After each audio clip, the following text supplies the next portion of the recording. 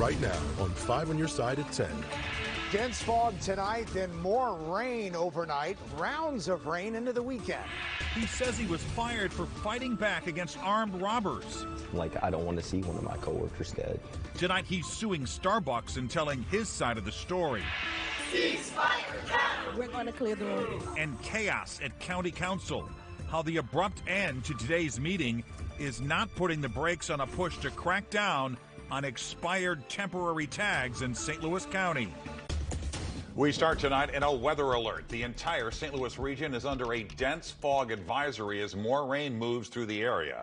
Good evening. I'm Mike Bush. And I'm Kelly Jackson. The fog is so thick, you barely see the arch from City Park right now. Let's get straight over to meteorologist Jim Castillo with the weather first forecast, Jim. Yeah, the big issue, guys, that visibility down to a quarter of a mile or less when that fog gets really thick and dense. And we've seen that tonight. Now the rain is moving in, and at times some downpours, and that actually improves the visibility just a little bit to about a half a mile. But you can see down Market just barely, and then you can't make out the arch at all. So the dense fog advisory has now been extended for all counties in the 5 on your side viewing area until noon tomorrow. And look at the Doppler weather radar. Every single county getting some rain. And let's zoom in a little bit. You can see the gold areas, even around the metro and St. Louis. Occasionally you get those downpours, and some of us could see a half an inch to an inch of rain. And we just had a good soaking. And then Monday morning, we started out with that ice. So we've got that really cool, wet ground and the warmer or milder air working its way in. And that's why we're seeing the issues with the fog. Much more on rain chances for the rest of the weekend and the weekend coming up. And you can get the weather first forecast anytime. Just text the word weather to 314-425-5355 and we'll send it to your phone. Developing tonight, St. Louis police investigating a double homicide in North St. Louis. Police were called to a home on Paulian Place near Sherman Park this afternoon. Inside, officers found a 55-year-old man and a 47-year-old woman dead. We're working to get more information, but investigators say both suffered apparent head trauma. Tonight, a former Town and Country police sergeant is being held without bond on multiple counts of child sex crimes. Jordan Fowle turned himself in today. Prosecutors in Jefferson County filed charges last week.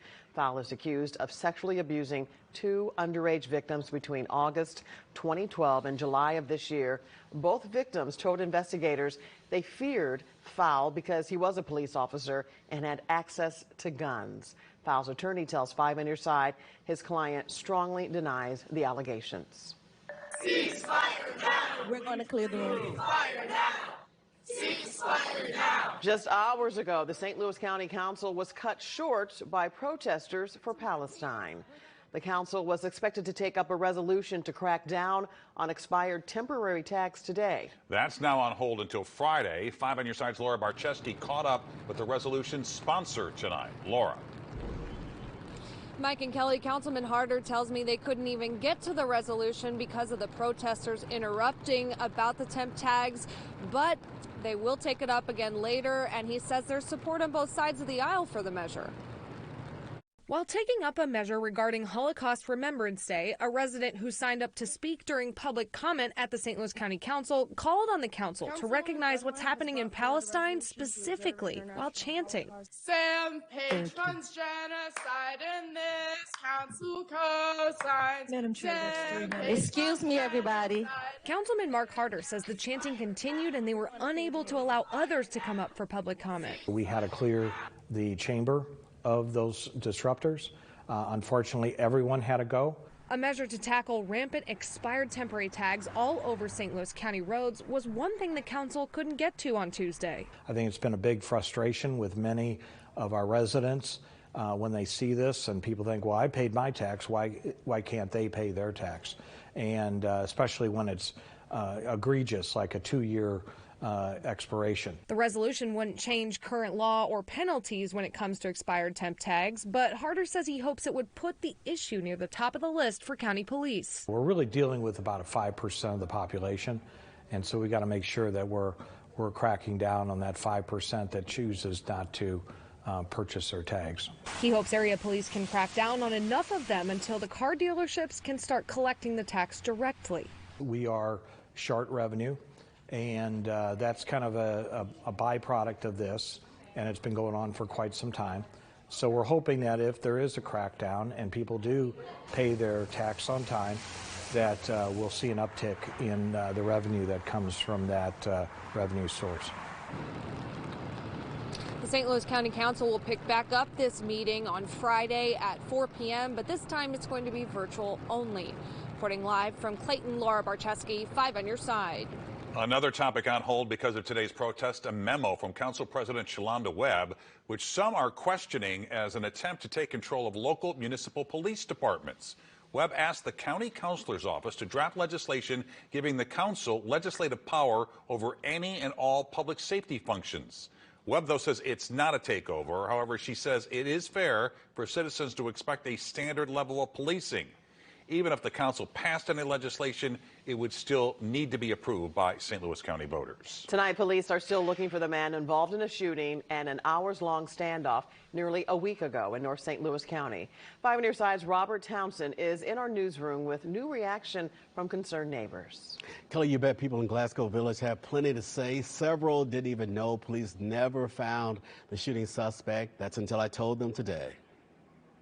The police standoff last Thursday night shut down parts of Cameron Road in Glasgow Village for hours. I have never seen anything like that. More than a dozen St. Louis County police officers, SWAT team members armed with guns, shields, and canines surrounded this vacant house.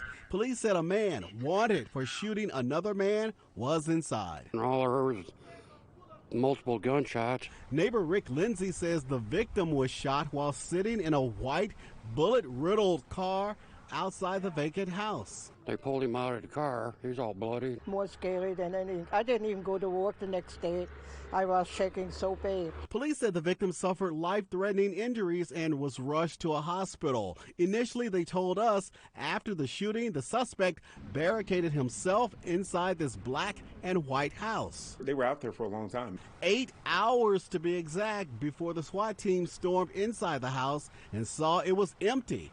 5 days later, Sergeant Tracy Panis tells 5 on your side the suspect was not in the vacant house. Panis also says, I will have additional information once our suspect is in custody. I'm just kind of shocked. Frank James lives down the street. You did all of that, and you didn't even know if he was in there, which made it a little even more scary because we got somebody out at large, and you're like, are you kidding me? Police say they questioned many people, including several men and a woman we saw walk out of a house next door. But right now, officers are still looking for the shooting suspect. I don't think they're ever going to find him.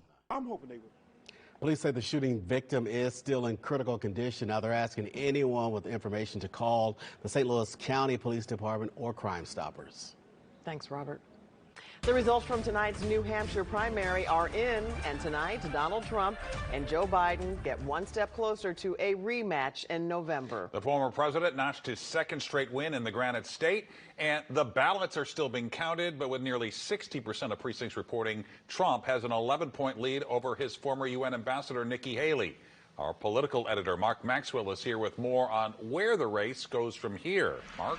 Mike and Kelly, Donald Trump and Nikki Haley are set to square off in South Carolina in 1 month on February 24th. Trump's team tried to frame tonight's win in New Hampshire as confirmation that he'll indeed be back on the ballot against President Biden. But look, 48 other states still have to weigh in here. On the other side, Democratic Party officials are determined to put Joe Biden back on the ballot for re-election, and they mustered a win for him in a write-in campaign tonight. He wasn't technically on the ballot in New Hampshire, but still beat Congressman Dean Phillips. On the Republican side, both Nikki Haley and Donald Trump are essentially overlooking Nevada and its split system. Haley's name is on the primary ballot there, but Trump is counting on that state's caucus instead to nominate him. They're both looking past Nevada on next month's calendar to Haley's home state of South Carolina. And on stage tonight, after congratulating former President Trump for his win, Haley said she's staying in this race and then questioned Trump's mental fitness. We have to do what's good for our party. And she was up and I said, wow, she's doing like a speech like she won. She didn't win, she lost. No, I've long called for mental competency tests for politicians over the age of 75.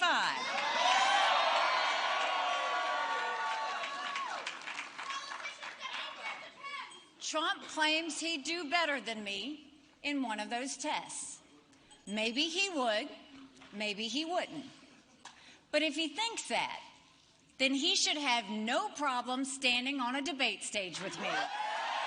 No sign of that debate stage, but he did stand on the stage tonight with South Carolina Senator and former presidential candidate Tim Scott, trying to flex his ties in Haley's home state of South Carolina. Her team has signaled she'll stay in this thing through Super Tuesday, which means Missouri Republicans may get their chance to weigh in on this race at a caucus March 2nd. Tonight, Missouri Secretary of State Jay Ashcroft is denying accusations he broke state law and hid elections-related expenses. Republican State Auditor Scott Fitzpatrick's office says Ashcroft refused to turn over cybersecurity reviews of Missouri's 116 local election authorities. Ashcroft claims the reviews include confidential information.